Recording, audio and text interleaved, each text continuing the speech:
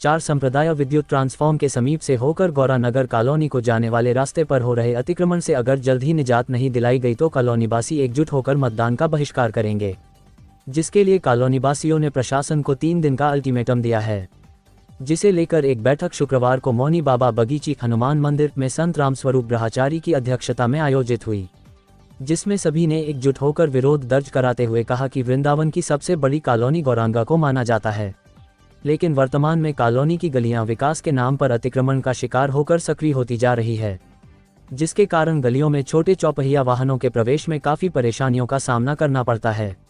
संत रामस्वरूप ब्रह्मचारी महाराज ने बताया कि क्षेत्र की कॉलोनी में 10,000 से ज़्यादा मतदाता और कई बड़े प्राचीन आश्रम भी है, जिनमें श्रद्धालुओं का आना आम बात है, लेकिन वर्तमान में श्रद्धालु तो दूर बल्कि पशुओं के लिए चारा आदि लाने में भी तमाम दिक्कतों का सामना करना पड़ता है, जिसे लेकर वह एक शिकायती पत्र प्रदेश के मुखिया योगी आदित्यनाथ को भी सौंप चुके हैं, लेकिन अभी तक कोई ठोस कदम नहीं उठाया गया है।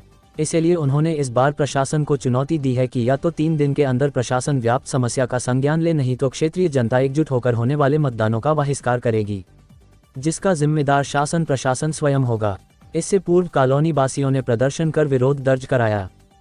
आज कॉलोनी वासी यहाँ सब इसलिए इकट्ठे हैं कि ये सामने जो 4 संप्रदाय और ट्रांसफार्मर के बीच की जो गली, जो मेन रास्ता है इस गौरानगर कॉलोनी का, और ये गौरानगर कॉलोनी पूरे वृंदावन की सबसे बड़ी अविकसित कॉलोनी है, जिसमें करीब 15,000 वोटर रहते हैं। काफ़ी दिनों से प्रयास किया जा रहा था, शासन प्रशासन दोनों को अवगत कराया गया, नगर निगम के कर्मचारियों को, अधिकारियों को बार बार सूचित किया गया। यहाँ तक कि मैं व्यक्तिगत रूप से योगी जी का जब यहाँ आगमन हुआ था तो एक पत्र उनके हाथ में दिया था इस रास्ते को लेकर के। वो वहाँ से लखनऊ से यहाँ आया कि इस समस्या का समाधान किया जाए। उसका आज तक किसी भी प्रकार का न कोई समाधान किया गया, न यहाँ आकर के किसी से कोई पूछताछ की गई। और अभी वर्तमान में ये बताते हैं कि कोई विश्व बैंक के द्वारा एक निर्माण कार्य चल रहा है। इस निर्माण कार्य के द्वारा और भी पूरी तरह से सारी व्यवस्थाओं को भंग कर दिया गया, और जो 8-9 फुट का रास्ता था उस रास्ते में भी 3-3 फुट में खंभे बना करके और उस रास्ते को दबा दिया गया। 5-5, 6-6 फुट का रास्ता बचा है। ये खरंजा में केवल खरंजा चिकना चुपड़ी करी जा रही है, ना ही इसमें कहीं नालियों का कोई समाधान दिखाई पड़ रहा है, ना सीवर का समाधान दिखाई पड़ रहा। तो हमारी मुख्य मांग ये है कि ये जो सकड़ा रास्ता है, जो अतिक्रमण किया हुआ रास्ता है, इस अतिक्रमण को हटा करके अविलंब इस रास्ते को चौड़ा किया जाए, अतिक्रमण हटाया जाए।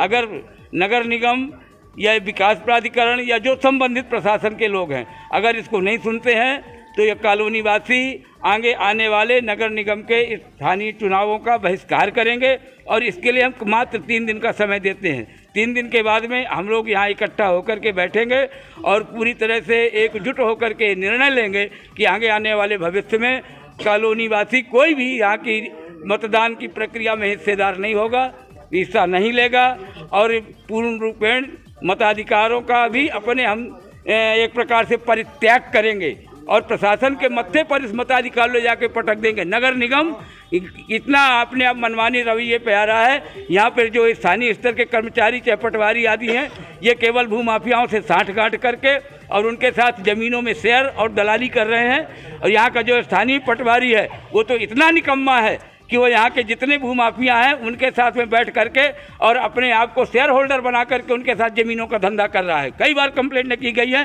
वो कभी किसी की सुनता नहीं है, क्योंकि अधिकारी भी शायद हो सकता है कि किसी न किसी कारणवश उसके दबाव में है।